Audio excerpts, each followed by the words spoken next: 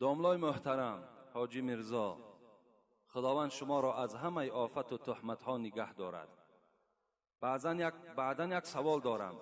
ما یک رئیس جماعت داریم. وای کسیته های شما را گوش کرده به شما مخلص است. لکن ما میگوییم که در توی معرکه من حاجی میرزا آمده امر معروف کند، وای تماما راضی نمی شود و اجازت هم نمی دهد. شما چی میگوید که تا که وای سخن شما را بشنود و به سر مقصد آید؟ رحمت به شما.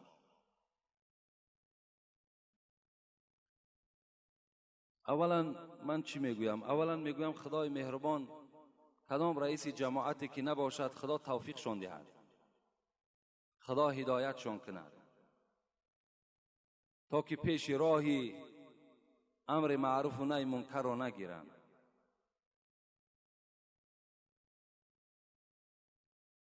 کن حلقه دیل و جان و گوش پند و خیرت. مولوی با رئیس جماعت خطاب میکنه، میگوید ای رئیس جماعت، کن حلقه دیل و جان و گوش پند و خیرت، در صحبت واعظان چو دیوار مشو. در صحبت واعظان چو دیوار مشو. دیوار پیش راه را میگیره. میگوید کسی نباشی پیش راهی واعظا را نگیر، پیش راهی امر معروف نگیر، بلکه از امر معروف خودت استفاده ببر، بلکه خودت تشکیل کن که تا که یک واعظ آمده مردم پند و نصیحت کند. امروز الحمدلله که اگر شما شب گوش کرده باشین، رئیس جمهور پشتیبانی از اسلام میکند، پشتیبانی از دین اسلام میکند و میگوید که این دین، امشب ما گوش کردیم، همه شما گوش کردیم، این دین دین صلح‌خواه است، دین نیکخواه است، دینی هست که میخواهد در سراسر عالم صلح پیدا کند. این گونه دین است. این دین به تروریسم هیچ وابستگی ندارد. امشب اینها از زبان رئیس جمهور ما و شما صدا داد. وقتی رئیس جمهور پشتیبانی از اسلام کند، رئیس جماعت کی است؟ رئیس جمهور پشتیبانی از اسلام میکند. خدا میگوید فذکر فإن الذکر تنفع للمؤمنین. به مردم پند دهید. پند جمعیت آباد میکند. من چند برآمدهایی که در دوشنبه داشتم، در بین بسیار وظیفه‌دارهای کلام بود. گفتیم پیغمبر خدا گفته است که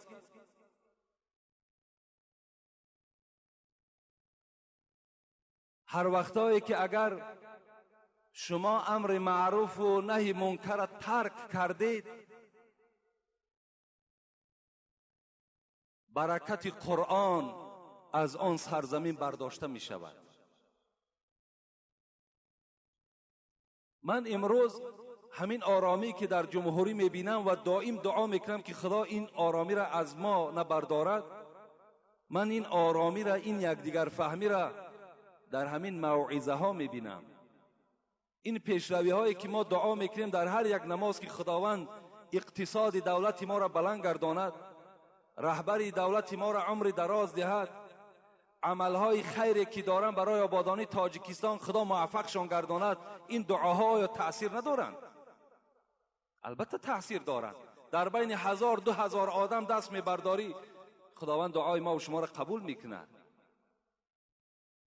پس باید که البته اون برادری که کسی نه اون مخلصی من میشد، هیچگاه من نمیکرد که در معرکه های اونها ما اشتراک نکنیم. این مخلص نبوده است. اگر مخلص میشد میگفت که البته این شخصی است که ما خودمان همچو یک آدم حکومت به حساب میرویم. ما از یگان دنیای دیگر نآمدیم، ما فرزند همین دیار هستیم و ما نیکخواه همین دیار هستیم و ما دائم دعا میکنیم که انشاءالله این جمهوری ما را خدای مهربان پرفیض و پربرکات نگه بدارد. خوش به حال همون رئیس جماعت هایی که در این کارها صد راه نمیشوند بلکه خود تشکیل میکنند. یکی وقتی که پیش راه را میگیرن فراموش نکنن که این بطش ربک لشدید. خدا میگوید ای انسان یقین بدان که عذاب من بسیار دردناک است، عذاب من بسیار سخت است. کدام شما اگر مقابلیت نشان میدین، کدام شما اگر پیش راهی موعظه و اسلام میگیرین، فراموش نکنین که وعید حق بی نظیر است که ایزی دیرگیر و سختگیر است. خدا دیر میگیره و بسیار سخت میگیرد.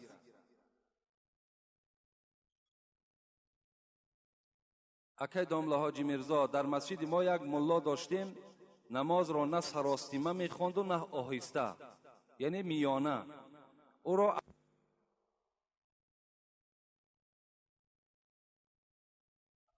و یک ملای دیگر داریم او تیز میخواند، او را میخواهند. آیا گناهگار میشوند یا نه؟ شما چی توصیه میدهید؟ البته امروز مردم ما بسیار مانده شده است. بسیار اگر یک کار شیطانی باشد، اگر یک کاری که در او گناهگار می شود، اگر ساعتها راستش مانی ساعتها میستد، لیکن برای نماز که اگر همین پیشواهایی که ما داریم، نمازهای همین 4 رکعته را اگر زور بخوانند یا 3 دقیقه میخوانند یا 2 دقیقه میخوانند. دیگر داریم او تیز میخواند، او را میخواهند. آیا گناهگار میشوند یا نه؟ شما چی توصیه میدهید؟ البته امروز مردم ما بسیار مانده شده است. بسیار اگر یک کار شیطانی باشد، اگر یک کاری که در او گناهگار می شود، اگر ساعتها راستش مانی ساعتها میستد، لیکن برای نماز که اگر همین پیشواهایی که ما داریم، نمازهای همین 4 رکعته را اگر زور بخوانند یا 3 دقیقه میخوانند یا 2 دقیقه میخوانند، در همین مردم ما طاقت ندارد. حالا که رسول اکرم میگوید اسوأ الناس سراقة الذي یسرق صلاته، بدترین دزد گفته است پیغمبر دزد نماز است. بدترین دزدها دزد نماز است. قیل یا رسول الله کیف یسرق صلاته، گفتن ای پیغمبر خدا آیا نماز را هم دزدیده می شود؟ قال لا یتم رکوعها ولا سجودها، کسی که اگر رکوع را پره نمیکند، سجده را پره نمیکند، پیغمبر خدا گفتن وای دزد نماز است، وای از نماز دزدیده ایستاده است. از این خاطر من طرفدار همان ملا امامی هستم که نماز با حضور میخواند، نماز سراستیمه نمیخواند.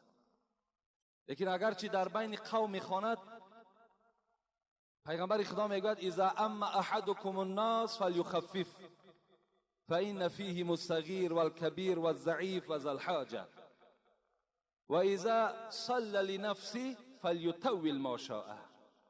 این بسیار با مذهب ما نزدیک است که رسول اکرم میگوید کدام شما اگر ملا امام شدید با ایسا که نماز سبک خوانید، یعنی سبک که نیکی دیگر در 1 دقیقه تو 4 رکعت خوانید، یعنی رکوعات به حضور باشد، سجدهات به حضور باشد. زیرا این که در قوم گفته است پیغمبر آدمای ضعیف هستند، آدمای بیمار هستند، آدمای صاحب حاجت هستند. وقتی شما تنها گذار باشید بعد چی قدر می توانید دراز خواندن گیرید؟ لیکن الحال ما می توانیم که یعنی به حضور، نه اونقدر تیز نه اونقدر آهسته، بلکه همون میانه‌ای که همون ملا میخوانده است همون بهتر است و همون ملا را در جای خودش گذارن انشاءالله ثواب میگیرن و اگر شخصی را که برای تیز خواندن میارن در او گناهگار میشوند.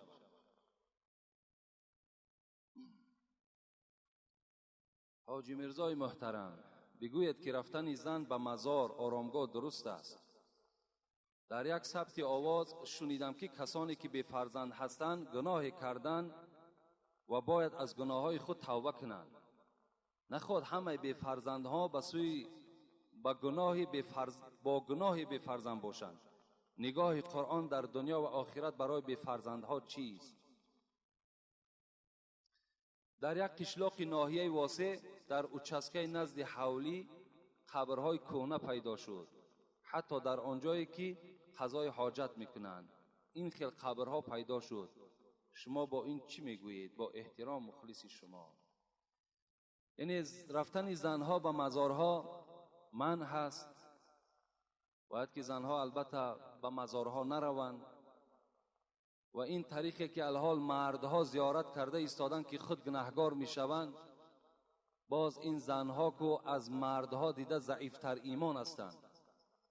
امروز مردم ما و شما وقتی به مزارها می رویم از بوسه کردن همان غیشتهایی که در اطراف مزارها هست، سنگهایی که در پیش مزارها هست، ما و شما از اونها بوسه میکنیم و اونها را مثال دستها را در بالای اون مزارها میگذاریم و در دیده ها میمالیم. اینها شرک به خدا هستند.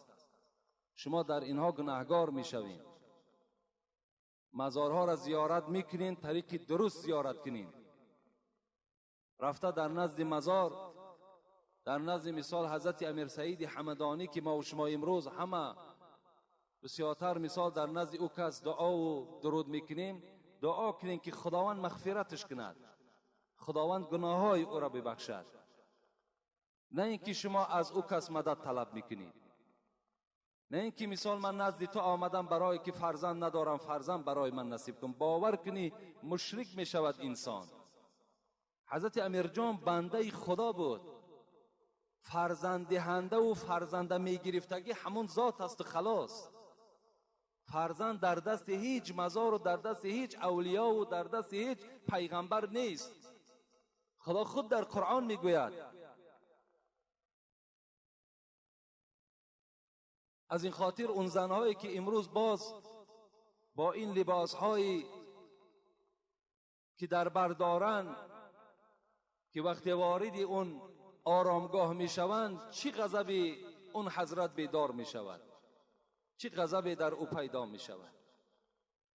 از این خاطر به نهایت خوب میشود که نه ما دخترهامونه در حالت عروس کردن پیش حضرت بریم که شرمنده میکنیم خودمانه، و نه زنهامونه اجازه دهیم که رفته در اونجا دعا کنن. همون پخت و پزی که زنهای ما و شما میکنن برای ارواح حضرت امیر جان، اگر در همون همسایه ها تقسیم کنین، انشاءالله وای از شما خوشنود می شود.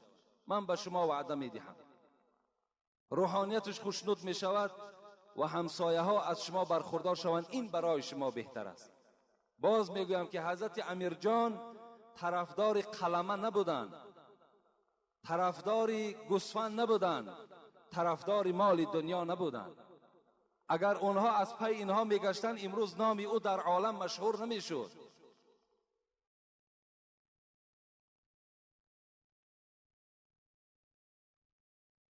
امروز حضرت سلطان ویس قرنی را حکایه میکنم، بچه ها ما کنه رفتیم، میگوید میروید در بالای سبزگاری ها و کت های همون مزار زنها خواب هستند.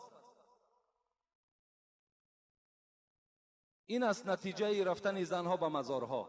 در همونجا خواب است. این خواب است، یک پاش بیره می شود، یک کرتش بالا می شود. آیا شرمندگی نیست؟ این صدها مردوی تماشا میکند. باز از همه بدبختیش همین است که در همونجا یک چشمه بوده است، چشمه بوده است. یک جوان در همینجا، یک جوانی با عقل است، در همین بین شما هست. آمد بر من گفت که داملا گفت من همون یک چشمه بوده است در همون حضرت سلطان ویس قرنی که میگه چشمات میپوشی و دست در همون داخل چشمه میپرتای و چند سنگی که اگر در دستت آمد همون قدر فرزند خدا بر تو میدهد. من دست ما پرتافتم، در دست ما یک شیشه آمد. خلاص من گفتم بسیار بنده نیکبخت بوده ای تو، بسیار بنده نیکبخت بوده ای که خداوند بر تو نشان داد. اگر دست میبرید باز من خرسندتر میشدم، که یعنی به تو جزا داد که تو بیدار شو که در اینجا فرزند نیست. او تا کی ما و شما اینقدر بی مدنیت بی عقل هستیم، اینقدر ایمان ما و شما ضعیف است که ما و شما از یک چشمه دست میپرتای چند سنگ آمد صاحب همون قدر فرزند میشدی تو. پس این قدرت پروردگار کجا میشود؟ اینا را شما باور نکنید. پدرای عزیز، من به خدا قسم، انشاءالله من جمعه آینده یک برادر در باب شرک به من سوال کرده است، من درباره شرک کمی به شما صحبت میکنم. اینا شرک به خدا هستند. این است نتیجه زنهای ما و شما به مزارها رفتند. این چگونه مردی است که زنی من از همینجا میخیزد خاولینگ زیارت میرود؟ من خود در خانه هستم. زیارت حضرت سلطان ویس قرنی برای زن مهم نیست. اعوذ بالله من الشیطان الرجیم.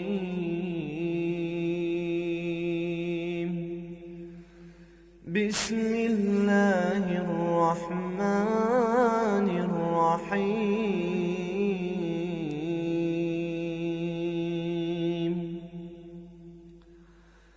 والصافات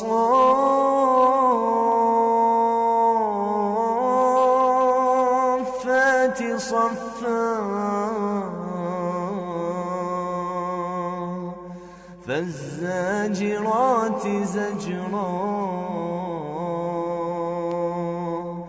فالتاليات ذكرا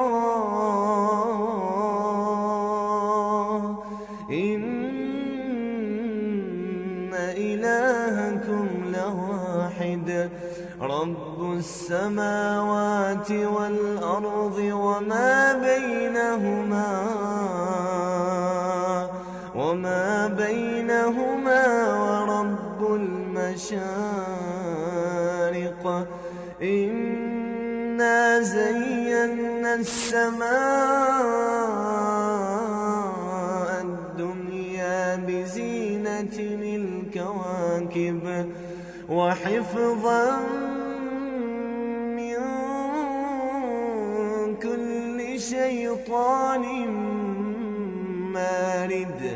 لا يسمعون إلى الملأ الأعلى ويقذفون من كل جانب دحورا ولهم عذاب واصب. إلا من خطف الخطفة فأتبعه شهاب ثاقب. فاستفتهم أهم أشد خلقا أم من خلقنا إنا خلقناهم من طين لازب. بل عجبت ويسخرون وإذا ذكروا لا يذكرون وإذا رأوا آية يستسخرون وقالوا إن هذا إلا سحر مبين. أإذا متنا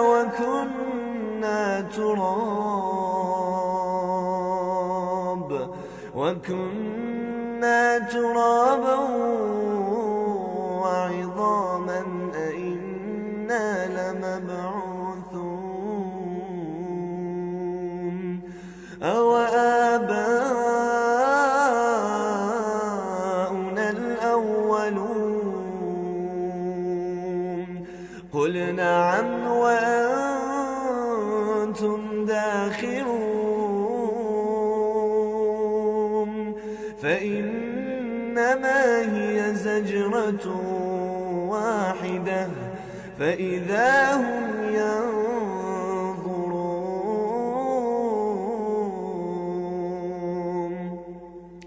وقالوا يا ويلنا هذا يوم الدين هذا يوم الفصل هذا يوم الفصل الذي كنتم به تكذبون احشروا الذين ظلموا وأزواجهم وما كانوا يعبدون من دون الله فاهدوهم إلى صراط الجحيم وقفوهم إنهم مسؤولون